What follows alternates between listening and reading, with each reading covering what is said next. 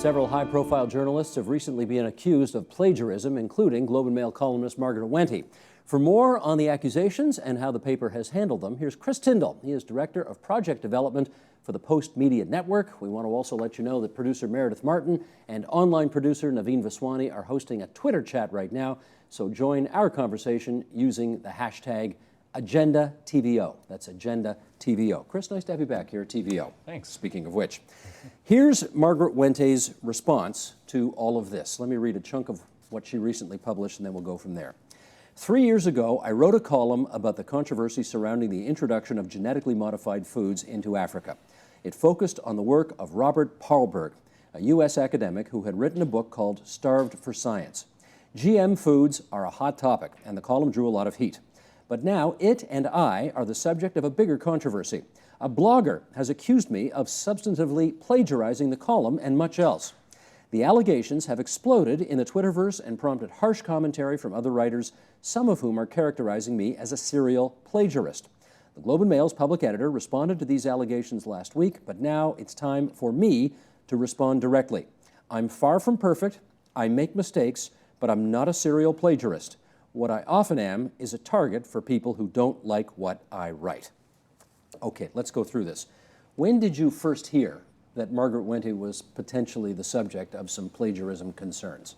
I first heard about it in late 2011, which is when the blogger that Wente refers to, a blog called Media Culpa, maintained by Carol Wainio, posted an account of a blog that, or a column that Wente had written about the Occupy movement, in which a quote that is attributed to an Occupy protester turns out to not be from an Occupy protester, and maybe isn't from a real human being at all. It's a quote that was given on an Obama campaign website to illustrate, look, here's John, he's having trouble making ends meet. And so that was the first time I became aware of the blog and these accusations, and when you look at that blog, there's a number of different instances where Wainio has put two pieces of writing side by side and said, here's what Wente wrote, here is another chunk of text that appeared previously, and it's not properly attributed. Did you look at both things side by side? I did in a number of cases. At the time, I didn't go back through all of them, but I thought, this looks kind of bad. Did you come to any conclusions? I feel like I want to consult with a lawyer before I answer that question. You don't have to, but you should be careful in your response. That was in 2011, and more recently, what happened a couple weeks ago is perhaps the clearest example yet, where you start. I don't know if you're wondering if I flipped to conclusions back then or now. Well, all right. Well, I'll let you skate on that a bit because I don't want to get you sued either. But at what point did you first notice that accusations were starting to happen online with some degree of traction? That was late 2000. Well, late 2011 there was some traction, but then it went away. And it was 2 weeks ago, so it was September 18th. Which was a Tuesday, when the most recent set of accusations were made, when there was what looks like some very clear evidence that a Dan Gardner column, writing in the Ottawa Citizen, that text that appeared in that column then later appeared verbatim or very close to verbatim in a Wente column without attribution. Without attribution. The Globe and Mail, when they became aware of this, how did they respond? They didn't respond until the Friday. So it happened this exploded on the internet, and the internets were all to Twitter on the 18th. The Globe responded on the Friday. Public editor Sylvia Stead said, I've looked into this, it looks like there's some truth, there's not other truth, but I talked to the columnist, she assures me that she hasn't actually read, she says she doesn't believe that she's actually read a lot of these sources she's accused of copying from. And that she sort of, you got the sense reading the public editor's comments at that point that she considered this dealt with. How satisfied was the blogosphere over that response? The blogosphere felt like gas had just been poured on the fire. They were generally not satisfied at all. Felt like this wasn't taking it seriously, wasn't addressing what many people saw as a pattern of at the best case sloppiness. It doesn't acknowledge the Gardner column. It said, how is it possible that she hasn't read it when it appears almost verbatim? In some cases, verbatim. It depends on how strict you want to be if your definition of paraphrasing versus quoting.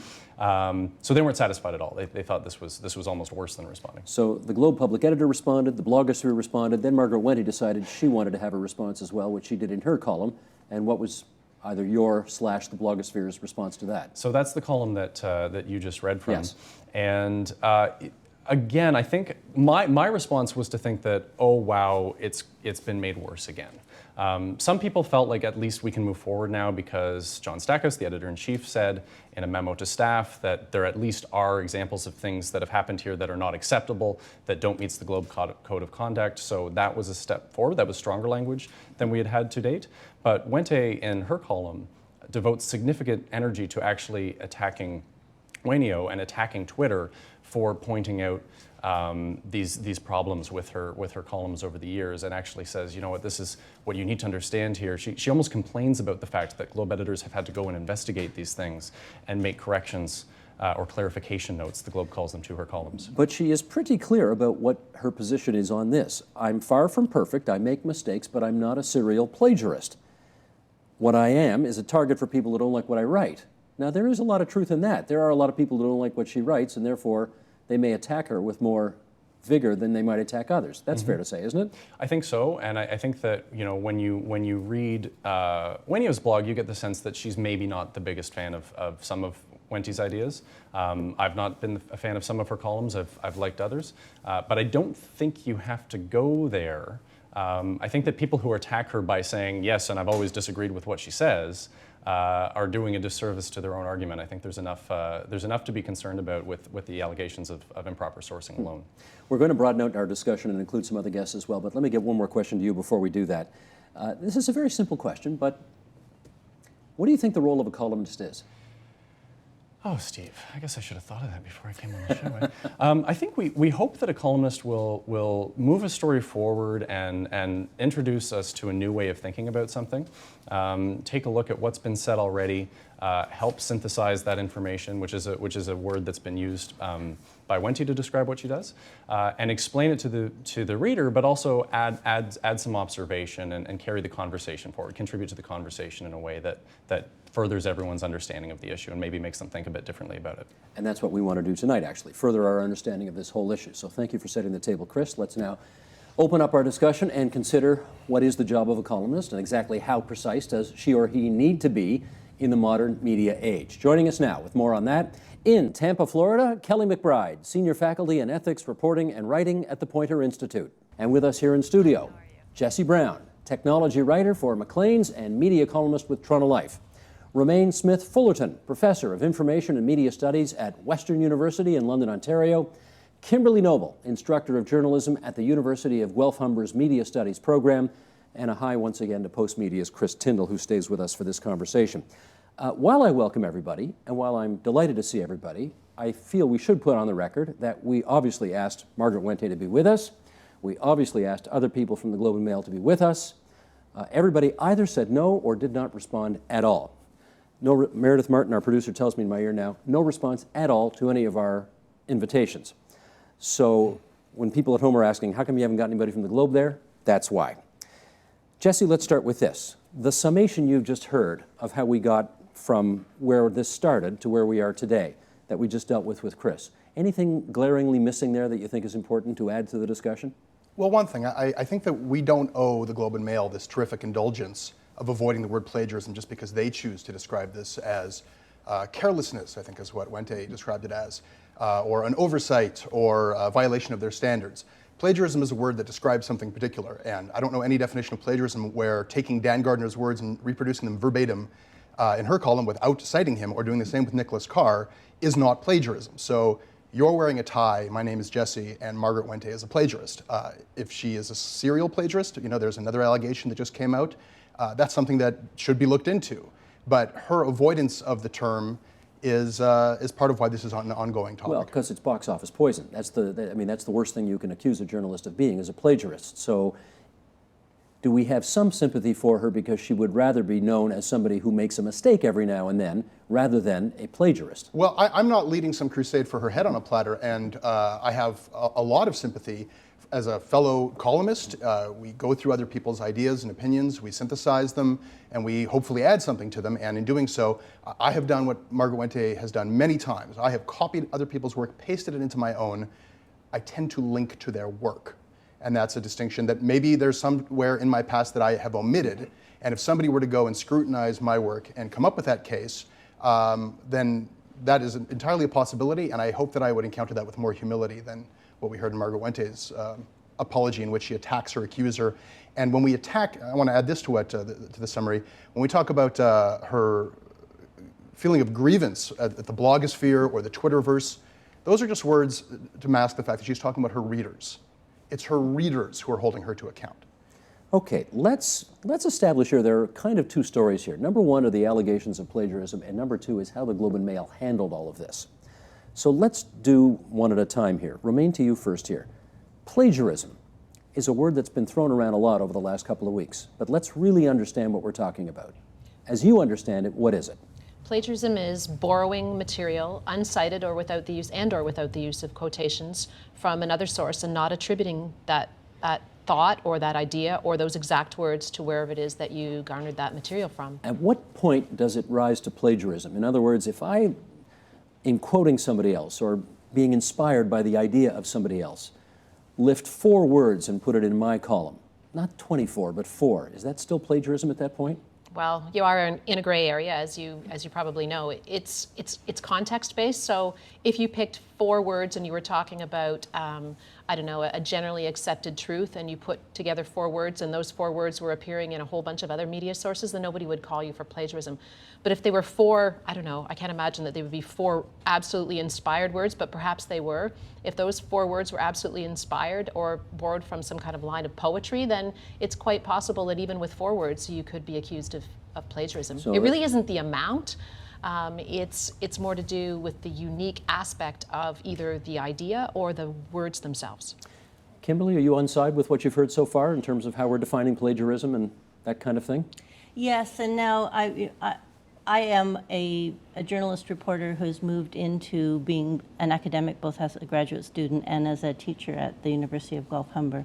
And so I went back and read, because, I mean, one of the reasons that Peggy's work practices became an issue was because of the stand that she took on academic plagiarism in a number of columns. She has been very strict on this. Just before you go any further, let's establish the fact that you know her, right? I know her. You have worked with her in the past? Yes.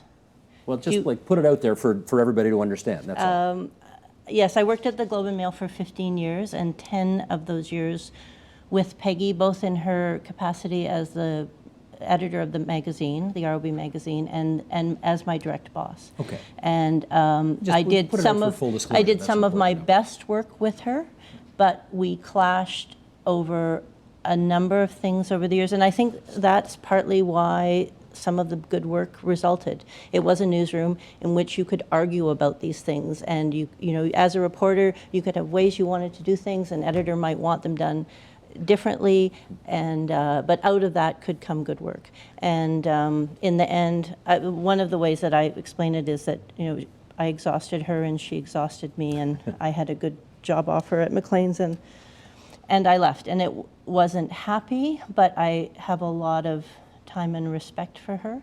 And have you come to a conclusion about whether she plagiarized in this case? Well, I was just going to say, I went back and I looked at some of the academic definitions of plagiarism, which do involve structure, the structure of sentences, ideas, not just the shape of the words. And I know sometimes journalists, including cases that I've watched that have gone up to the Labor Board over whether journalists have been fired in the past, which has happened at the Globe and Mail years ago. One of my colleagues was fired, fought it to the Labor Board, and a lot of the discussion that took place was whether how many words constituted plagiarism.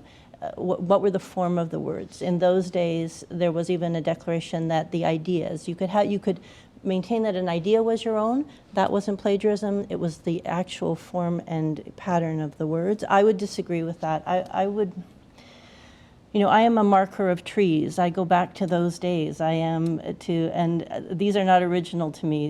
My longtime colleague and now husband, Dan Westelt, coined that term when he described our practice of original journalism, which has now come to the fore. I see people online discussing this. Where do you get original material from? Kimberly, what trail do you leave? Can I just say you're old school, right? Yes, I realize I am the exemplar of the old school You're practices. old school. All right, but they are becoming new school. They are what we're seeing discussed every day online. Let me get Kelly McBride into this down in Florida. And Kelly, you know, we've heard the word plagiarism thrown around. We've also heard another expression saying patch writing. Can you help us understand, in your mind, if there's a difference between plagiarism and patch writing? Yeah, and I think there is, absolutely. Patch writing is where you try to take an idea. Patch writing is essentially a failed attempt at paraphrasing.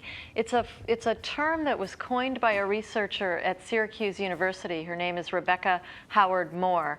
And she has been looking at the research papers and composition papers of college students at 16 different universities and coding every one of them and comparing them to their original sources.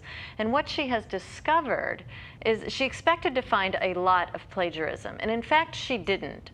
What she found was a lot of patch writing, and this is where the writer uses an idea from another writer, but overly uses that writer's syntax and vocabulary in a way that demonstrates that the writer herself does not necessarily have a mastery of the subject.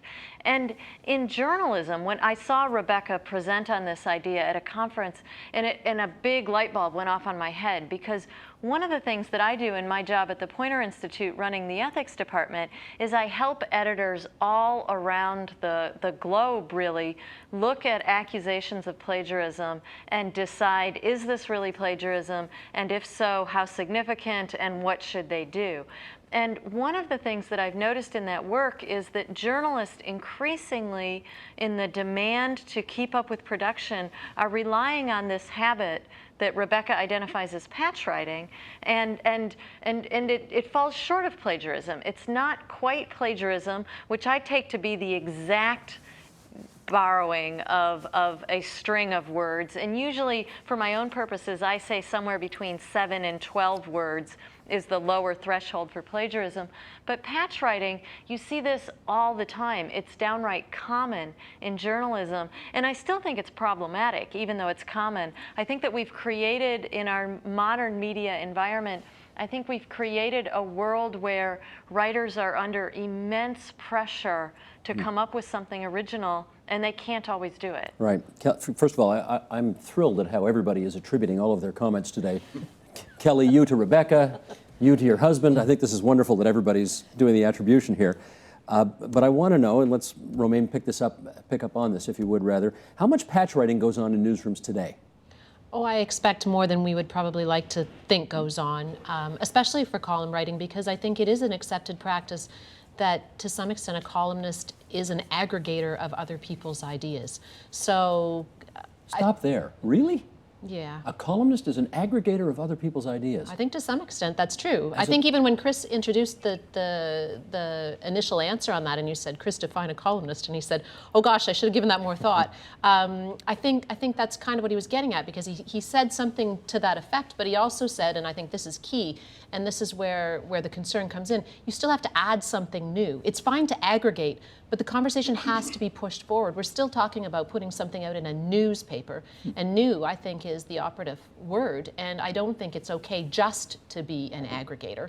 But we're talking about a conversation that's going on before those columns come out and after those columns are published, however it is that that's happening.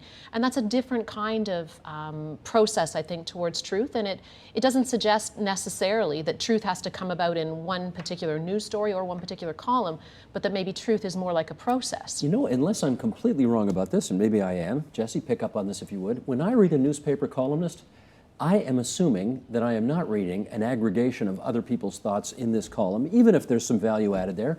When I read Chantal Hébert in the Star, I'm expecting, and get, most of the time, almost all the time, her original take on national or Quebec politics or something like that. Am I wrong to expect that? No, Steve, you're just very naive. You're an innocent. No, I think that we're moving past this. I think there was a point where the assumption was that readers might have a Globe and Mail subscription, maybe one other paper, The Star, and the last thing you want to do as a columnist is say, well, I was reading this column in the Times last week and I have something to add to it. Your editor would say, let's not even acknowledge the existence of these other papers. That's a very old media mindset. And these days, I think that, patch writing, we can talk about ethics. it's incredibly redundant. We don't have the resources we used to have, and there's nothing sillier to me as a columnist or as a blogger than to sit there and just doing mild fixes to something that I'm drawing upon so that I can't be accused of plagiarism. I would rather just copy and paste it verbatim, give credit to where it's due, give a link so that person can actually get some traffic, and then if I have something to further the conversation, add it. And that is how, in this new media environment, people and conversations rapidly progress, and with tribute and respect is paid, and we don't have this fiction that everybody is having these eureka moments in the bathtub, or they're off in some bar getting information from a source. A columnist has to pick up on what people are talking about, and you know what, on an off week, to merely aggregate tons of other opinions and let your readers know what the issue is. We become experts on something new every day. Just to present all that and to give the reader, you know what, somebody else has an opinion that I have to agree with. If you give proper credit, that's okay for an off day. You've done nothing wrong. You should be looking for something you can contribute to that conversation that takes it in a new direction. You further the conversation, and we go from there. Then Kelly, I'm truly out of it because I don't have any objection at all when I read Tom Friedman in the New York Times, for example, and he says, I was reading something in the Washington Post the other day written by X, Y, and Z about this kind of thing, and now I'm going to go. I have no problem with that. Do people find that problematic in today's journalism?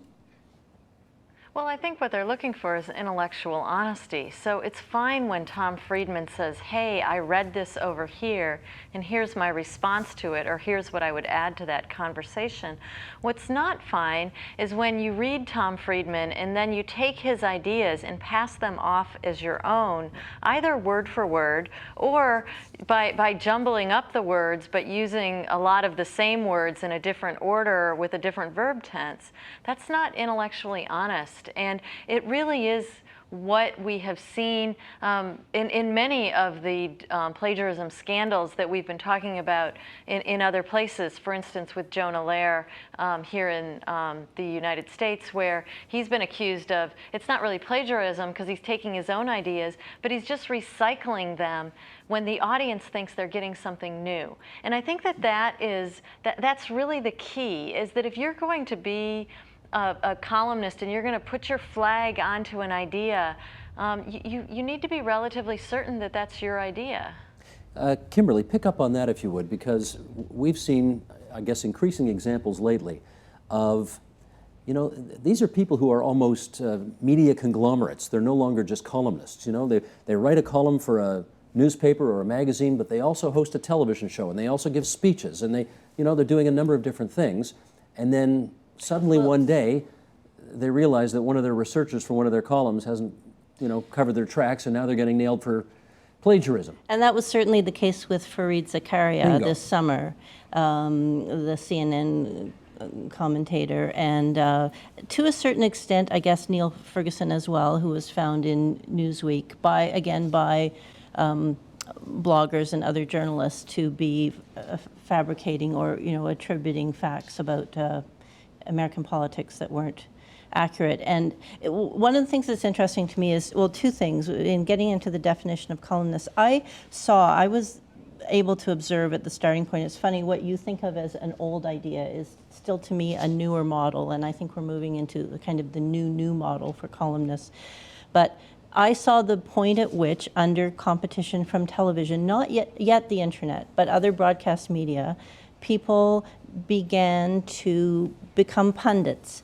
They were being rewarded for being instant authorities on a number of things. And whereas at one point you put all the effort you could, all your energy into getting a story into the paper and making sure it was absolutely accurate, then it was, and I know as someone who resisted this because I was offered many columns by wonderful news organizations, and I turned them all down because I saw that I could not produce what would be required of me without lowering my own standards. And it was really difficult, and sometimes I think, was I crazy? Because that was where the glory lay, in being a pundit, in being on television, in doing a lot of different media.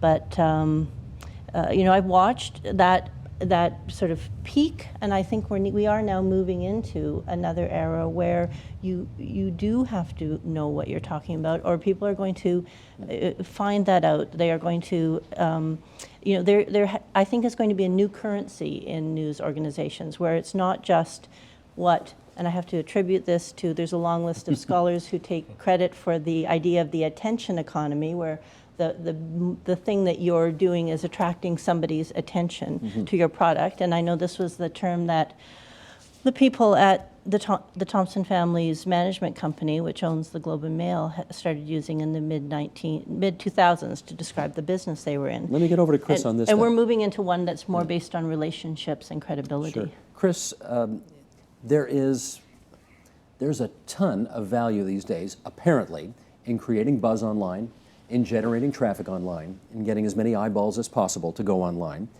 And picking up on what Kimberly just had to say, newspaper columnists are expected not just to do the one column or two or three a week for the paper, but constantly feed that online beast as well. How much of that is a factor in what we're talking about tonight? It's really hard to say. I don't think it's ever an excuse, right? I mean, if you're overworked to the point where you can't do your job well, then you probably need to have a conversation with your employer about that. Who's going to do that, really? Well, I mean, what columnist is going to go to their boss and say, you know what, you're making me work too much? there are a lot of columnists who are really upset. This was raised as an excuse, as an explanation a few times. There's a number of times when Sylvia Stead or Margaret Wente or Stackhouse said, you know what, this columnist writes 3 times a week, as if that was somehow explained why she was copying from other places. There are a lot of columnists who said, listen, I write that much, I write more than that, I would happily do that job. So it's not acceptable to say, well, I'm sorry, I just can't do my job, because there are other people who are willing to do that But job. if you were a columnist today and you went to your editor and you said, you know what, I can do a better job if I only filed twice a week instead of 3 times a week for the paper and then another 2 days a week, you know, a shorter blog post perhaps for the online component, the editor would look at that columnist and say, not a chance. We'll get somebody else who can feed the beast better than you then. I mean, it depends. I mean, Wente is actually writing 3 columns in print a week. Actually, looks like a light workload to a lot of columnists right now. So it depends, I suppose, on the columnist and the employer. But I think. What are you shaking your head for? There are innumerable journalists who file twice as much as Margaret Wente for a third of the money, and none of them would have withstood one of these allegations. Have they been doing it for 15 years? I'm going to play devil's advocate here, because she's been at it for a long time, and it's hard to be fresh and original every third day for 15 years. Margaret Wente is a good columnist. She makes me angry, she makes me think. These mistakes, by any standard, need to be addressed in full. I don't feel that she needs to be fired. It's not my role to say what needs to happen, but it hasn't happened yet. And in the environment that we have today, where young journalists are getting laid off without any offense or foul, for this just to pass is a remarkable double standard. Well, we don't know if it's passed. We don't know, actually. Well, we've been told, the Globe and Mail has said many times, Margaret Wente will return. She's been secretly reprimanded. Somebody joked on Twitter that perhaps she's been forced to buy Leah McLaren's house that was listed by Leah McLaren in a feature on real estate. It's also not really dealt with to this point, right? Like the column that has generated the most controversy recently now has an editor's note at the bottom. It says some of the words in this column that should have been attributed to Dr. Parlberg, some of the words in this column should have been attributed to Dan Gardner and other sources. It still doesn't name the sources, and it's at the bottom of the column, so it's in italics. You know, they hope the reader reads it, and it still doesn't actually give the reader any way of knowing which words came from where. That's still the case if you read the column. It's still the case with the column about the Occupy movement. That column is still online describing John as an Occupy protester. And at the bottom of the column, after you've read it, it says, by the way, John, who's pursuing his degree, is not actually affiliated with the Occupy movement, but I don't know if the Globe has even confirmed that John is a real human being because he comes from this campaign literature. Romaine. There's a couple of things, and I think we're all talking around it, but the first thing I wanted to say was that Margaret Wente hasn't sincerely said she's sorry or accepted any responsibility. The chunks that you read did a couple of things. They blamed the system. The system is very busy, it's very competitive, I just don't have time to do my job. And I think Jesse's already more than answered that there would be a lot of people who With a sneer. With a sneer he answered it. Yes, anyway, sorry. Yes, he did. But I think that's a big thing. She hasn't said, I'm really sorry, I made a mistake, I take full responsibility for this, and what I did was wrong, unequivocally wrong. In fact, she blames the system, and she blames the blogger who found this, and she accuses the blogger of being somehow obsessed with her columns. Well, I think that that's kind of an irony, because I thought that in the declining readership, we would all be really pleased. Any columnist would be pleased to have devoted readers who read every word. You know, if Margaret Wente's practices were intellectually honest, to borrow the phrase from Kelly McBride, if she were being intellectually honest and doing her job to the best of her abilities and standing up for herself and taking her share of responsibility, we would not be having this conversation. But she didn't. And then the Globe's response, as Jesse and Chris both remarked, this kind of secret discipline is an enormous problem. We're going to get to that. The Globe's Okay, response. Jesse. I just want to be clear. I don't sneer at these offenses necessarily. The one with John the Occupier is we'll see how that one plays out, hopefully if it's investigated properly. I sneer at the response. And what we're talking about here is a lack of transparency and accountability. And not just from Margaret Wente, but from the Globe, and I think in a wider context, from the Canadian media in general. And I hope that we don't waste the opportunity, and we're not doing so today, to have a conversation that we are loath to have. And I'm embarrassed that we needed The Guardian, a British newspaper, to break the story, besides my colleague Colby Kosh at Maclean's. We were all waiting because we don't want to be blacklisted from the Globe and Mail, or we don't want the scrutiny turned on ourselves. Or we think, oh, it's insider baseball and nobody cares. People do care. I think we see that through what's happening on Twitter and in the comments, and people, the Globe readers in particular, are still waiting for an open and honest account of exactly what happened. They still don't know a side-by-side comparison. Let's do that. Kelly, I want to bring you in at this point and have you, yes, please jump in and help us understand what the obligation is by the media outlet, you know, at the center of whatever the controversy is, to be transparent. What's their job? So here's, if the Globe and Mail had called me, here's what I would advise them to do. I would advise the editor to go through all of the columnist's columns and do a thorough investigation, because if you don't do that yourself as a media organization, other people will do it for you, and you just find yourself in this perpetual cycle.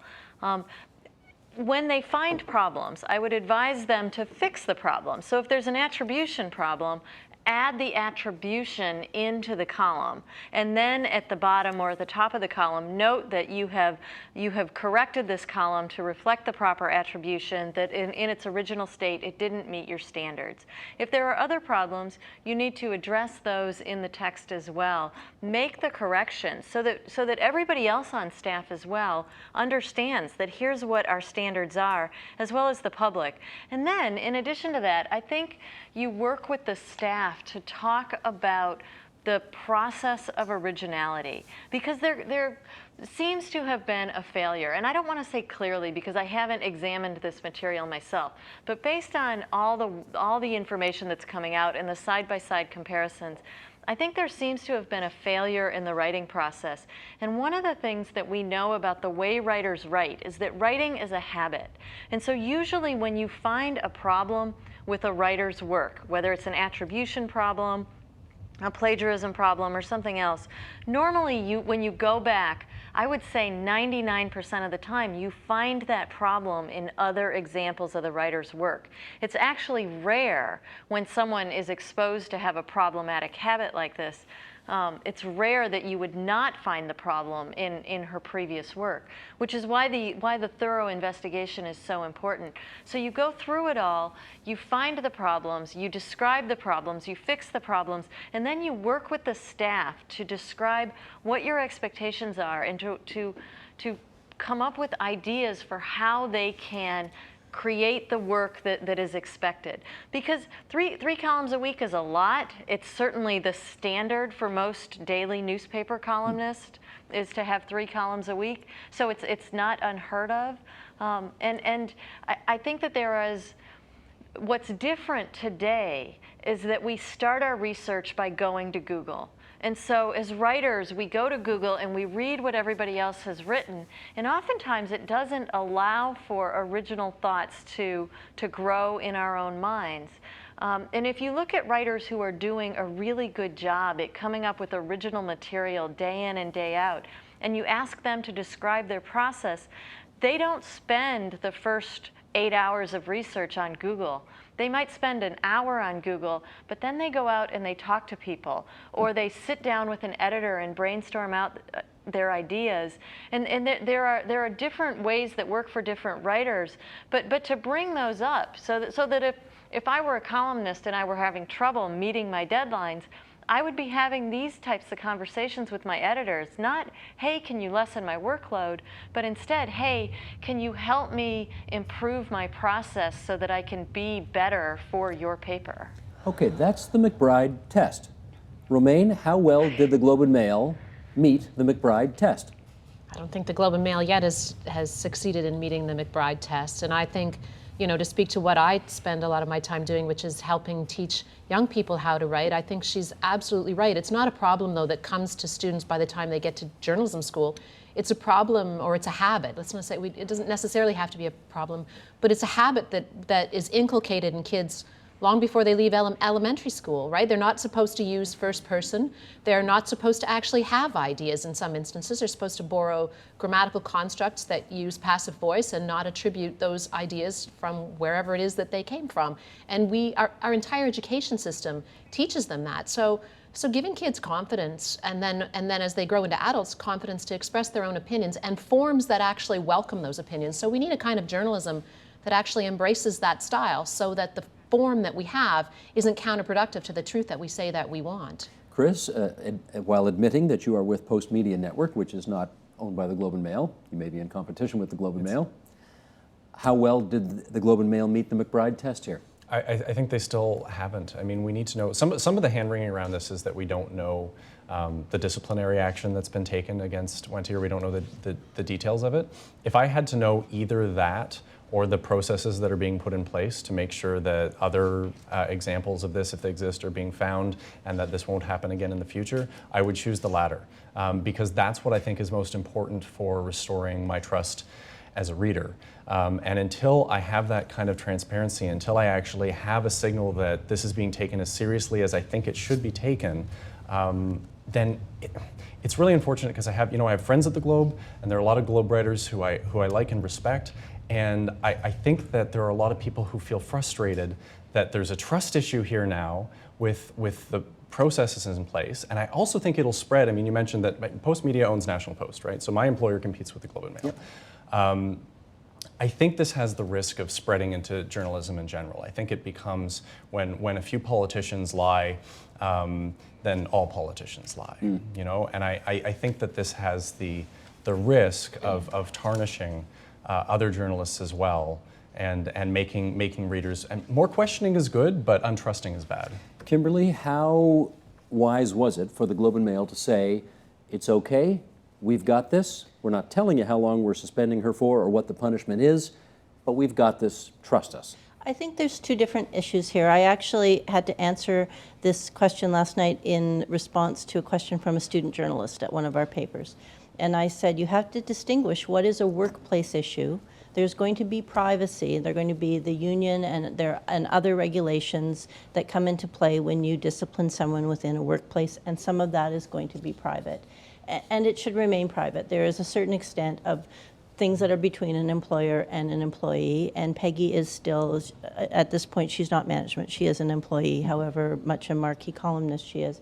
I think the bigger issue, and it goes to what Romaine said earlier, is that I still think that although the Globe has moved beyond what you see as the old era, and I still see as the new era of punditry, of instant authority, of omniscience in columnists, which has become this aggregation of other people's ideas, because none of us know everything unless we are working in that area. Traditionally, columnist Jeffrey Simpson has never plagiarized. His ideas are original, they are his own, they continue to be fresh, but he is working from an area in which he knows people and does reporting.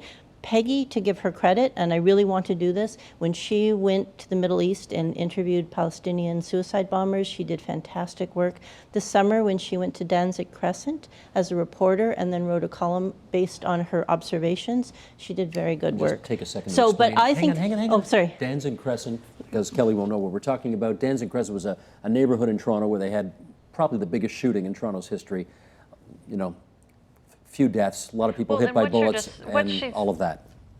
Go ahead, Kelly. Yeah, and what she's describing is the actual reporting process. She's describing, which is, I mean, I don't want to wax nostalgic about the good old days in newspapers because there was a lot of really bad writing at that point in time too. It maybe wasn't plagiarism, but it was at best mediocre.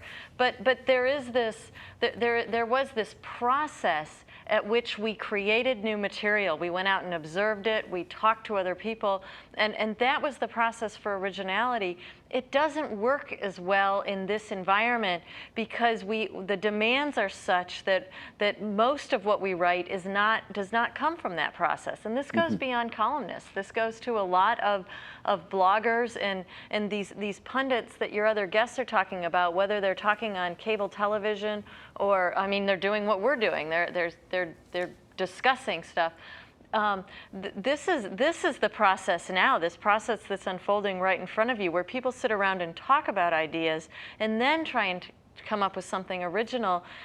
I'm not saying that it's better or worse. I'm just saying that a new process has evolved and we need to describe it. But I want to make sure I've got an answer to this part of the question. Jesse, how wise was it for the Globe to say, we've got this, don't worry about it?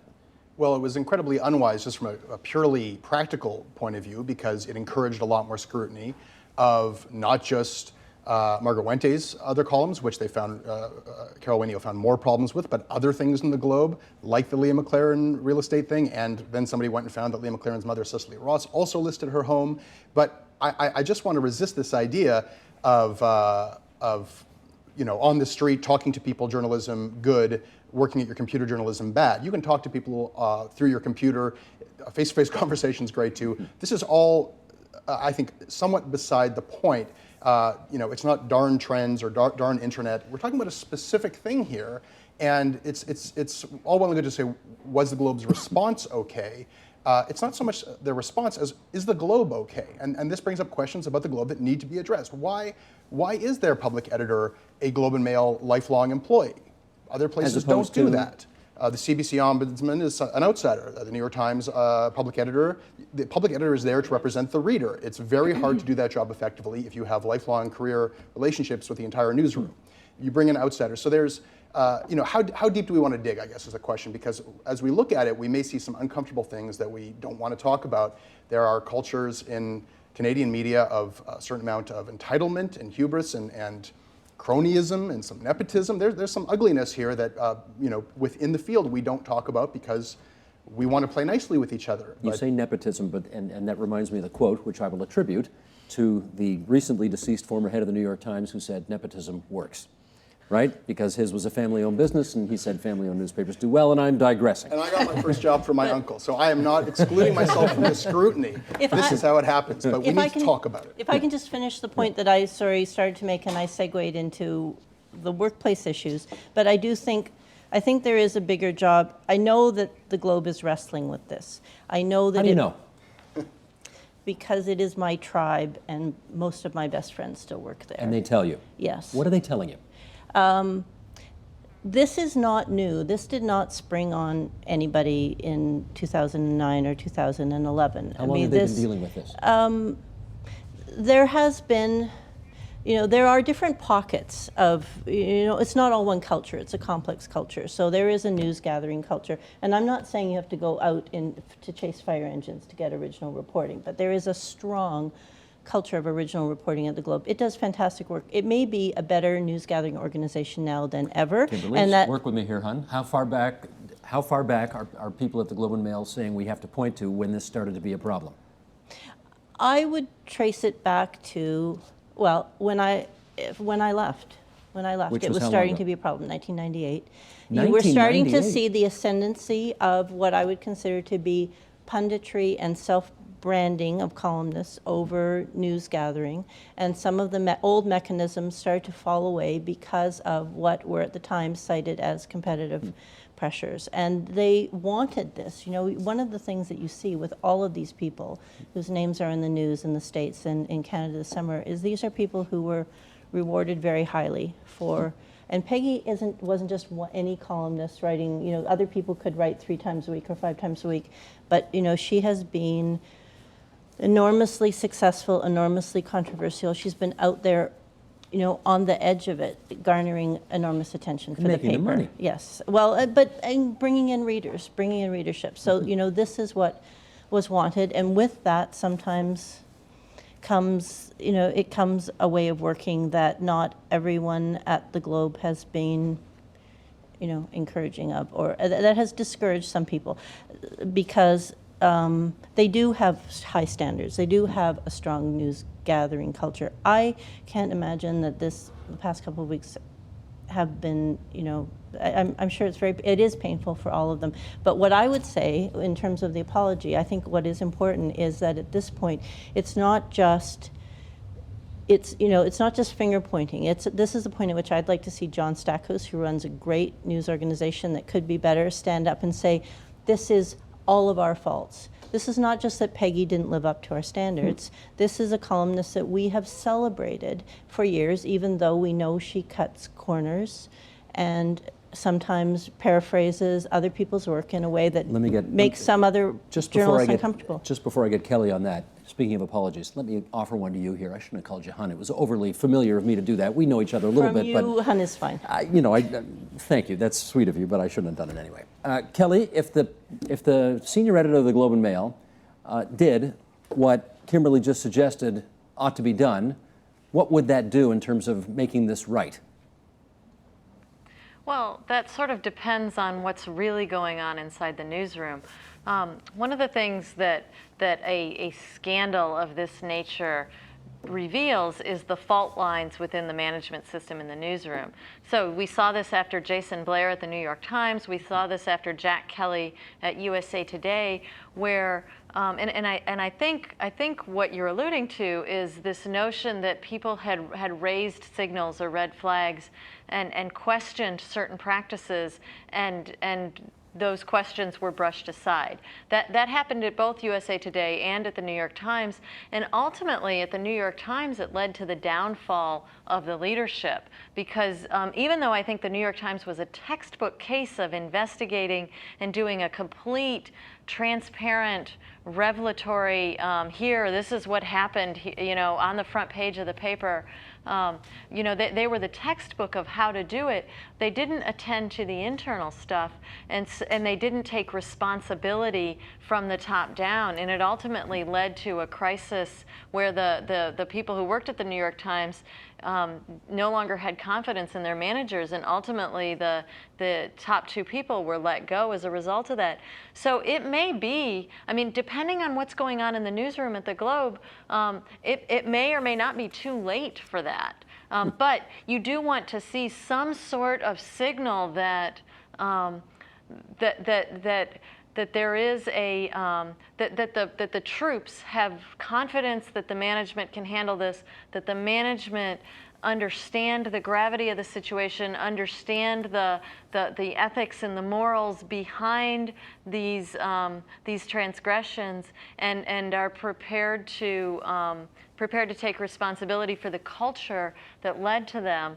And the more time that goes by that doesn't happen, the more likely it is that you'll see some sort of, I think, disruptive break in management somewhere. Somebody's going to lose their job. Well, let me follow up with Romaine on that, though, because one of the ideas that we had come out a moment ago, which we kind of glossed over, and I want to get back to it here, is this notion that the public editor ought not to be somebody who actually is a longtime employee of the newspaper, but in fact works for the reader, is the reader's representative inside that culture, or many cultures, as Kimberly put it.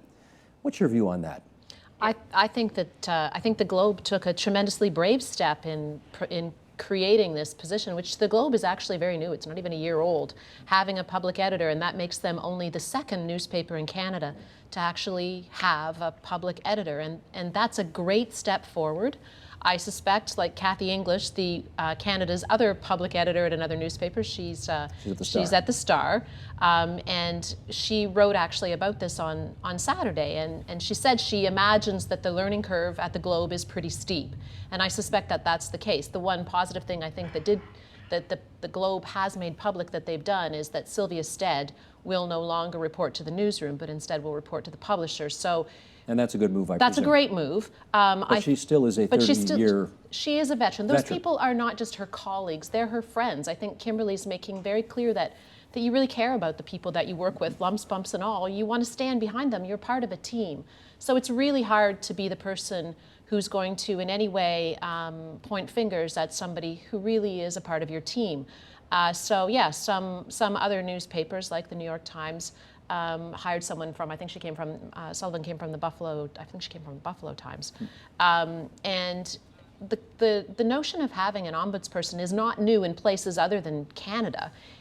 For example, Ireland appointed a national ombudsperson in 2008, and this person was both a well-known and well-respected journalist and also an academic, and he represents readers' or viewers' concerns about anything to do with media, because let's be honest, it's very difficult, aside from technology, to want to sort of step up to the plate and take on an enormous conglomerate like the Globe and say, you know, I've found a few issues and I would like you to respond to them.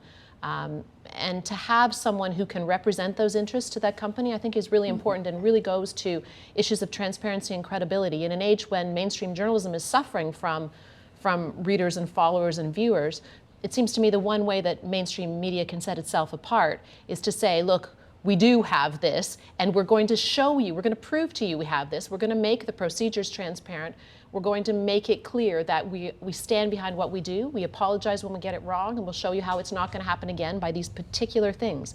And an ombudsperson could really play a vital role in that. So I hope it's a position that gets adopted in a much wider sense. Jesse, this new public editor at the Globe and Mail, is it a problem that she's worked there for 30 years and is friendly with presumably many of the people who work there? Of course it's a problem, and to read, I mean, what got this all going, Carol Wenio has been finding problems with Margaret Wente's columns for a long time. She's the blogger. That's right, the blogger, the anonymous blogger. Media Culpa. The unanonymous blogger at Media Culpa. And she had been receiving private correspondence with Sylvia Stead many times. And eventually, Sylvia Stead, who's there supposedly to represent people like Carol Wenio, said, stop bothering us. In so many words, we won't be responding to you anymore. They accused her of defamation. Accused her of defamation, and you know, meanwhile was adding these little corrections to Wente's work, and then some Friday afternoon, buried on the website with no links, is this letter from the public editor saying there was a little problem here, but nothing really to worry about, and that provided the opening that allowed this whole thing to happen. So I think it's great that there is a public editor, because when they were just pretending that Carol Wenio didn't exist, we couldn't get anywhere with this. But that being said, a public editor is a great idea, but if our news organizations are not willing to do that, or not willing to do it in a way that's actually useful, the public will be more than happy to take on that role for them. And I think what the Globe learned, and what I'd love to see happen here, is not for some executive or editor or for Margaret Wente to be the fall person for this. I really think it would be wonderful if they said, you know what, we need to really think about our values on this, because they acted like it was just an incredible nuisance that they were being bothered by this blogger. If instead they said, this is a new paradigm and we are accountable in ways that we have not been accountable before, and this is good. I mean, to what journalist is it not good that people are going over your work and making sure it's true? I always find mistakes in my work in the comments. I say, wow, I didn't know that. I add it to the piece. And you're genuinely thankful when somebody finds something to improve it? I think that Margaret Wente owes Carol Wenio not just an apology, but a thank you. And in addition to apologizing to Dan Gardner and Nicholas Carr and the other people who she swiped from. But yeah, I think that what we're talking about here is a new kind of collaborative journalism where it doesn't end when you have your byline. The comments become part of the story. We see how Wikipedia does such a wonderful job of documenting things. Is there not some model we can come up with where it's more of a collaborative thing with our audience? And that's what those of us who are doing this online are concerned with, not so much harkening back to these storied old romantic notions of journalism, but trying to make a new kind of journalism where we're transparent about these Well, things. I know in newspapering you've got endless newsprint, but on television, sadly, we have 60 minutes in an hour, and ours are up. So let me thank everybody for participating in tonight's program. Kelly McBride, the senior faculty for ethics, reporting, and writing at the Poynter Institute in Tampa, Florida. Kelly, it was great of you to join us on the line from not South Florida, you're kind of midway up the Gulf Coast, aren't you? Thanks so much for being there. Mid-Florida, yeah. Mid-Florida, All right, yeah. thank you. Oh, Mid-Florida. Jesse Brown, the technology writer for Maclean's and media columnist for Toronto Life, and once upon a time part of the alum here at TVO. Jesse, good to see you again. Romaine Smith-Fullerton, professor of information and media studies at what we used to call UWO, now it's called Western University in London, Ontario.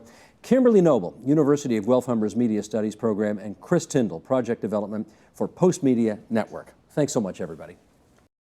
Support Ontario's public television. Donate at tvo.org.